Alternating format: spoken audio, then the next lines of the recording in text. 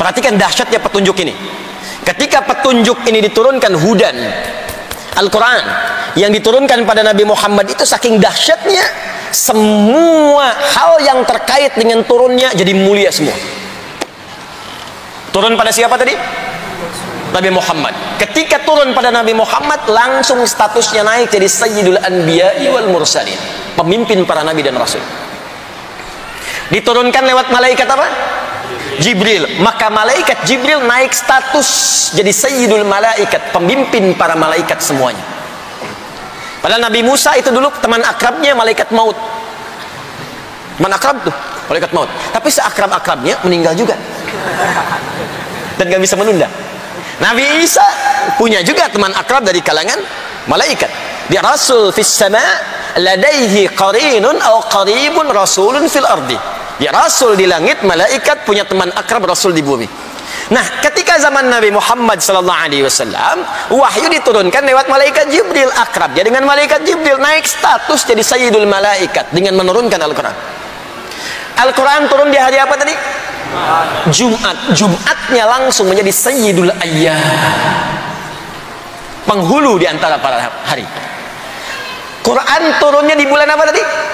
Ramadan. Ramadan langsung naik status jadi Sayyidus Syuhur, penghulu dari semua bulan. Turun di malam, malamnya turun. Saat malam itu, malamnya berubah jadi Lailatul Qadar. Inna anzalnahu fi. Nah, beda dengan malam biasa. Ketika Anda ibadah saat malam tepat turunnya Al-Quran itu, maka semua pahala naik langsung lebih daripada 1000 bulan, lebih daripada 85 tahun.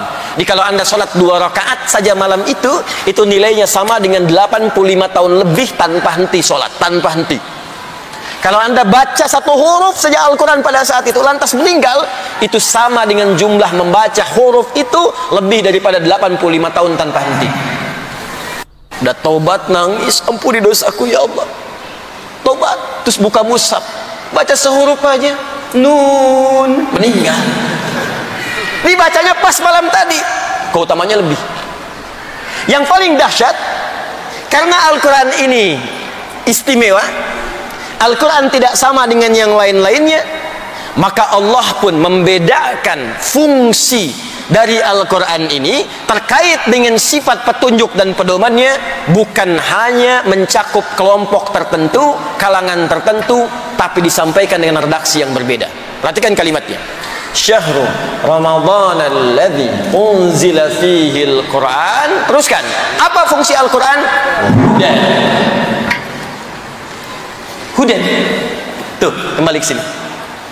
Nabi Adam dapat hudan, Nabi Nuh dapat hudan, Nabi Musa dapat hudan, Ibrahim sebelumnya dapat hudan, Nabi Isa dapat hudan. Namanya bisa beda-beda tapi fungsinya sama.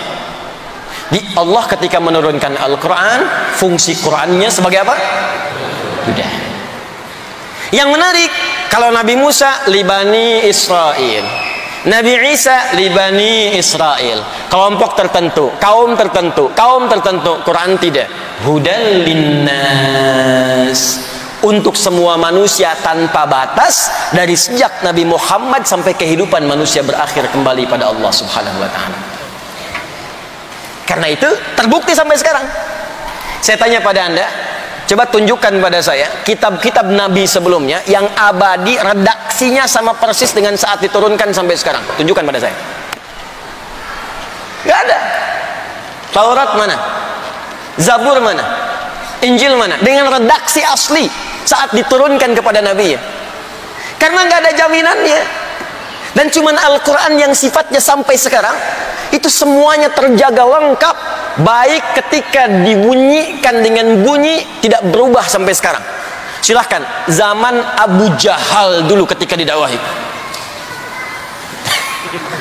keterjauhkanlah yang lain-lain ya, sampai sekarang itu alif lam mim tetap alif lam mim, nggak ada yang berubah bunyinya, nggak tertukar dengan alam nasroh. Yang di alam nasroh alam, yang di alif lam mim alif lam mim. Tunjukkan pada saya, dan tidak pernah mengalami, maaf penyesuaian ejaan. Nggak ada. Al-Quran versi milenial, edisi yang disempurnakan, ejaan yang disempurnakan, nggak ada. Santai jadi santuy, Dulu santai, sekarang santuy, ya kan? Dulu uang, sekarang duit. Di Al-Quran tidak, alif lam mim ya alif lam mim, alam nashrah ya alam nashrah. Sampai kembali kepada Allah tetap akan begitu. Ini saya mau katakan begini, kalau ini bukan firman Allah yang ditetapkan, mustahil bisa begini, Pak, Bu. Terus kurang yakin apa dengan kebenaran Quran? Kurang yakin apa dengan kebenaran Islam? Ini mustahil bisa begini kalau nggak dijamin. Itu yang dimaksudkan Quran surah ke-15 ayat ke-9. Inna nahnu nazzalna dzikra wa inna lahu lahafizun. Kami yang telah turunkan Al-Quran untuk mengingatkan Anda. Ini beda. Ini firman Allah, bukan kata-kata manusia. Ini beda, ini pedoman, bukan kitab biasa. Dan kami janjikan untuk menunjukkan bukti kepada Anda, kami jaga Al-Quran dari sejak awal diturunkan, tidak akan pernah mengalami perubahan sampai kembali kepada Allah subhanahu wa ta'ala kita semua. Jelas? Nah, jadi kalau ada orang yang menyoal, Ustaz, kan tadi dikatakan setiap zaman berubah, berarti harus diupdate dong. Sebentar. Ketika Allah turunkan Taurat, redaksinya untuk Bani Israel, spesifik. Nabi selanjutnya spesifik, tapi Al-Quran beda. Hudal linnas, untuk semua manusia tanpa batas. Dan buktinya sampai sekarang pun, sampai saat ini pun, detik ini pun, selalu akan sesuai dengan apa yang kita butuhkan dalam kehidupan. Jelas sampai sini?